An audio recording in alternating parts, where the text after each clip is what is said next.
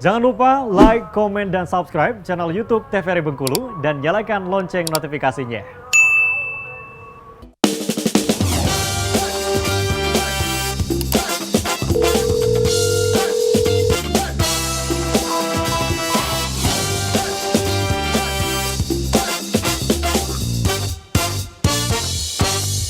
Baik pemirsa, kembali lagi di Dokter Kito bersama Kita Sehat. Tadi kita sudah banyak banget nih yang membahas mengenai apa itu penyakitnya, terus penyebabnya dan pengobatannya serta pencegahannya tadi ya. Nah, aku ada beberapa pertanyaan nih. Kita sudah masuk sesi mitos atau fakta. Nah, mitos yang pertama itu ada usus buntu tidak ada gunanya. Seperti apa tuh dokter? Mungkin dari medis terlebih dahulu nih. Oke, jadi kalau dibilang nggak ada gunanya, rasanya penggunaan katanya kurang tepat ya. Jadi kayak seolah-olah ya nggak ada gunanya gitu ya. Jadi terlalu maknanya konotasinya terlalu negatif ya. Karena yang pasti semua yang ada dalam tubuh kita itu sudah diciptakan oleh Tuhan pasti bermanfaat ya, Benar bukan sesuatu yang sia-sia. Kalau dibilang tidak ada fungsi yang spesifik mungkin lebih tepat mungkin penggunaan bahasanya ya. Jadi memang dia tidak ada fungsi yang terlalu spesifik. Misalnya apakah dia harus melarutkan, melumatkan makanan misalnya atau harus untuk penyerapan makanan, enggak juga sebenarnya. Tapi keberadaan dari appendix atau usus buntu ini tetap ada di dalam itu sistem imun tubuh. Karena memang 70% sistem imun dalam tubuh kita itu adanya di saluran cerna.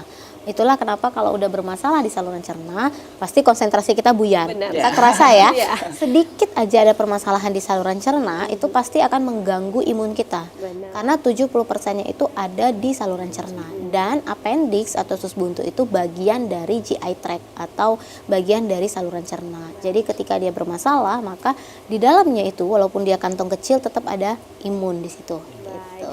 Jangankan itu ya dok ya, lapar aja udah buyar nih. Karena memang kita Pikirannya. sangat berfungsi Bener. ya sistem saluran cerna. Baik, mitos yang kedua nih, tadi sempat disinggung juga. Makan biji cabai atau jambu menyebabkan radang usus buntu. Gimana ini kak?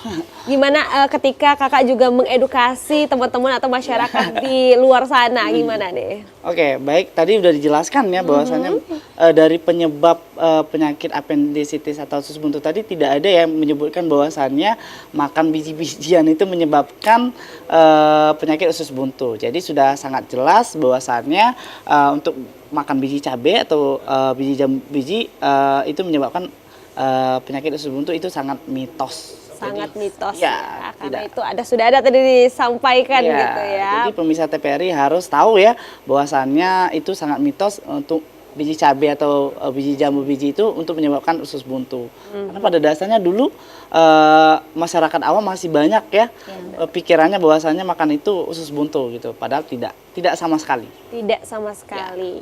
Jadi masih aman ya makan cabai ya. Masih aman. Masih aman, tapi jangan berlebihan. Jangan berlebihan. Benar.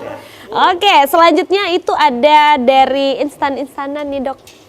Mie instan menyebabkan usus buntu. Ini agak sedikit jauh ya. Gimana nih dok? Oke, itu juga mitos ya. Mitos ya? Jadi nggak ada ya mie instan itu bisa menyebabkan usus buntu ya.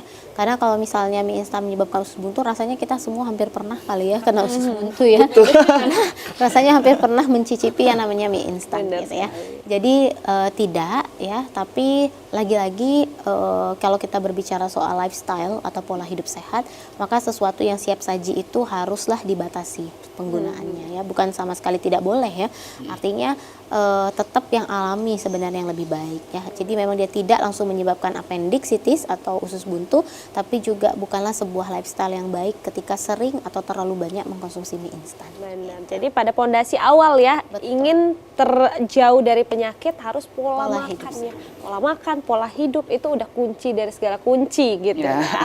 Benar. Nah, selanjutnya itu ada melompat setelah makan itu bisa menyebabkan usus buntu. Itu apakah dia akan bergoyang gitu dok ketika kita melompat atau seperti apa nih? Sepertinya itu Kak sangat Agung. mitos. Iya. Tidak ada kaitannya gitu ya habis makan melompat nanti menyebabkan usus buntu tidak Benar. ada. Tidak ada ya, Tidak ada. masih pada tempatnya ya pastinya ya. Iya. Oke. Tidak mungkin lambungnya berubah posisi ke sebelah kiri atau kanan gitu ya. Pasti tetap di posisinya masing-masing gitu. Benar. Jadi jangan sampai ini terikut dengan mitos-mitos yang ada ya. Kalau memang sekiranya difikirkan bisa jadi masuk akal, tanyakan aja langsung kepada dokternya tentunya. Nah, terakhir mungkin dari dokter dan juga Kak Agung bisa memberikan himbauan gitu ya untuk masyarakat, terutama pemirsa TVRI Bengkulu mengenai penyakit ini dari Dokter Lisda Naomi terlebih dahulu. Oke, jadi paling himbauan atau tips dan triknya kita harus bisa mengenali gejala dari appendicitis ya atau usus buntu, yaitu tadi nyeri perut kanan bawah dengan skala nyeri 9 sampai 10 atau nyerinya nyeri hebat. Biasanya pasiennya datang sampai dengan membungkuk, meringis, kesakitan gitu ya. Kemudian tetap tidak boleh self diagnose kata kuncinya. Jadi pengetahuan yang didapat hari ini disimpan ya untuk menjadi bekal kita, setidaknya akan meningkatkan kepedulian kita, meningkatkan rasa pengetahuan kita sehingga penanganan yang akan didapatkan kalaulah memang dia appendicitis atau usus buntu itu lebih dini. Jadi tidak late penanganan, tidak terlambat gitu ya. Itu gunanya, tapi bukan untuk mendiagnosa sendiri, mendiagnosa tetangga atau mendiagnosa keluarga lain ya. Tetaplah harus konsultasi di fasilitas kesehatan terdekat, bisa di puskesmas, di klinik, atau kalau memang sudah tidak tahan lagi atau misalnya di tengah malam dan lain sebagainya, langsung saja ke instalasi gawat darurat karena appendicitis termasuk dalam kategori kasus akut abdomen atau kegawat daruratan abdomen. Jadi itu cukup penyakit yang berbahaya ya. Jadi jangan sampai disepelekan. Jadi nggak ada yang nggak ada gunanya, semuanya ada gunanya gitu ya. Pasti ada